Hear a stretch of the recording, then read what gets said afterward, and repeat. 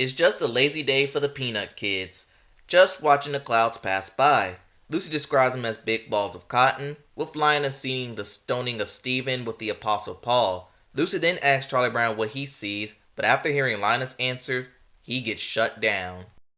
Well, I was going to say I saw a ducky and a horsey, but I changed my mind.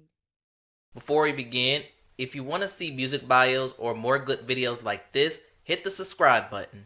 Also, I've started a Patreon account. On here you get more copyrighted material and they'll be uploaded 48 hours prior to YouTube. If you want to support or visit, link is in the description. And without further ado, on to our feature presentation.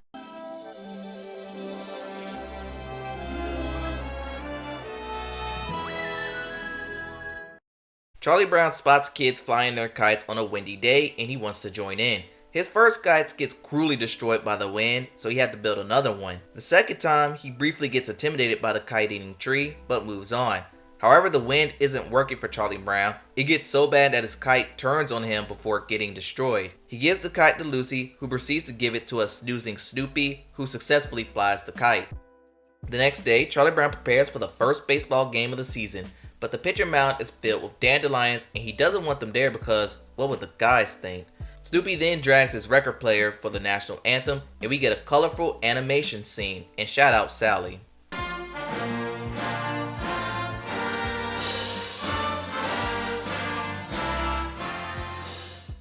After this, Snoopy gets into game mode and the games begin. Every time Charlie Brown throws a pitch, it knocks his clothes off. But before his next pitch, Lucy advised him to give an unsportsmanlike pitch, which Charlie Brown is against, and this will lead to a big conversation that mentions how the early settlers treated the Native Americans, John Brown's raid on Harper's Ferry, etc. and etc. But anyway, Charlie Brown throws the pitch and gets knocked out by a line drive.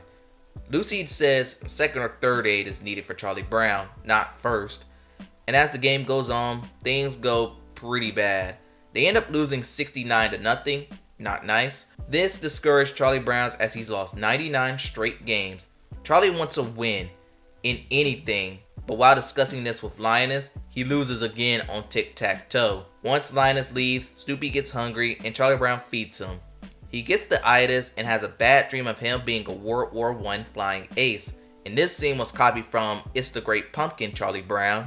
He wakes Charlie Brown up and Snoopy runs to his bed. Why can't I have an ordinary dog like everybody else? The next day, he goes to Lucy for psychiatric help. He wants to end his streak of failure, and she fans the flames at his self-esteem and flames him. Fatness. Look at that stomach. Even your nose is fat. And your legs. Why, I'll bet if the truth were known, even your toes are fat. She then tells him he could get rid of his emotional downturn by kicking a football. But Charlie Brown knows she will pull the ball away, leaving Charlie Brown to fall flat on his back and kill himself. But she gives him an ultimatum, either kick the ball or go back to the slides. Charlie Brown gets optimistic that she'll hold the ball, but results will stay the same. I'm gonna kick it. I'm gonna kick the habit. This is the end of all my faults. She gives him a surprise by hitting him with instant replay. Lucy was ahead of her time because I'm pretty sure the NFL didn't have instant replay back in 1968. Charlie Brown ends his psychiatric treatments. Turns out, he's been going to them a lot and now he's running low on funds. The next day, Lucy berates her brother, Linus, for not wanting to go to school and later taking his blanket to school. He then meets up with Charlie Brown, who is still down in the dumps. Lucy and the girls overhears their conversation and eggs them to join the school spelling bee.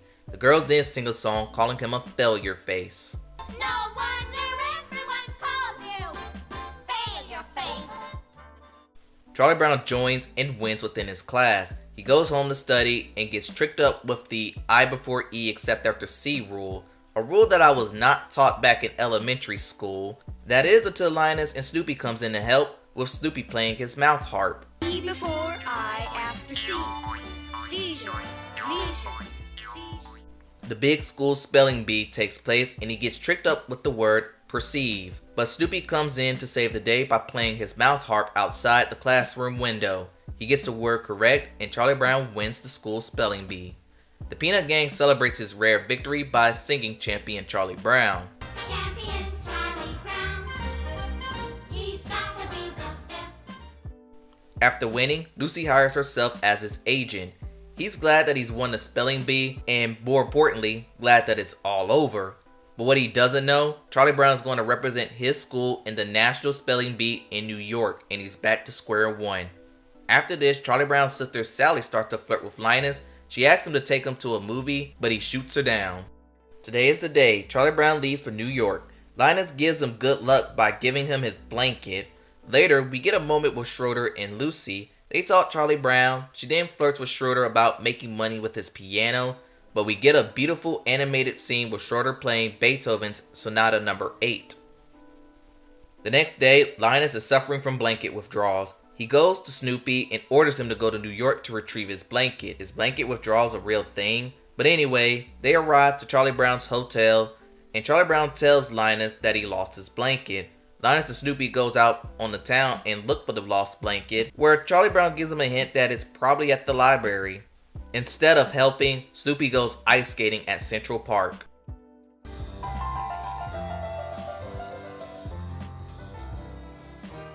Linus goes back to the hotel room where he finally finds his blanket, as Charlie Brown been using it as a shoe shiner, ending his blanket withdrawals.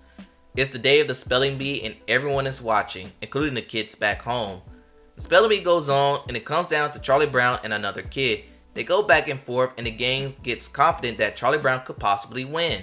That is until he gets to the word beagle, which is the breed of Snoopy. B-E-A-G-E-L. Beagle. Lucy is highly disappointed. I'll say what I think about her in the conclusion, as is Charlie Brown, in which, at the end of the day, he's still a loser. After this, the boys go home. The next day, Linus visits a depressed and defeated Charlie Brown. He tells him that the kids back at the school missed him, and his team finally won a baseball game without him. But in the end, Linus tells Charlie Brown that even though he feels defeated, he should feel proud of his runner-up finish and that the world didn't end because of it. Did you notice something, Charlie Brown? What's that? The world didn't come to an end. This gives Charlie Brown just enough confidence to go outside, and that's when he discovers Lucy with the football. Charlie Brown stalks his prey as he spots Lucy holding onto the ball. Charlie Brown sneaks up and goes for the kill.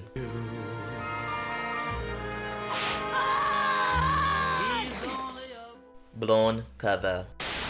This movie was a big part of my childhood. I remember every Thanksgiving weekend, this movie alongside other Peanut features would play on ABC Family, now known as Freeform. But like always, I have thoughts. Starting off with Linus, this guy needs rehab. If he gets that withdrawn without his blanket, then he has a serious problem. But then again, he gains his superpowers whenever he's in possession with the blanket. Next is Lucy, and she was a hot mess. She berates Charlie Brown when he seeks professional help. She continues to exploit him. Once Charlie Brown got success from spelling, she tried to milk every dollar out of him. She asked Schroeder if he'll make a career in playing the piano to support her. The girl tried to make Charlie Brown's success about her instead of him. And now Charlie Brown himself. He is the definition of a bad luck loser, and that's why we the audience sympathize with him.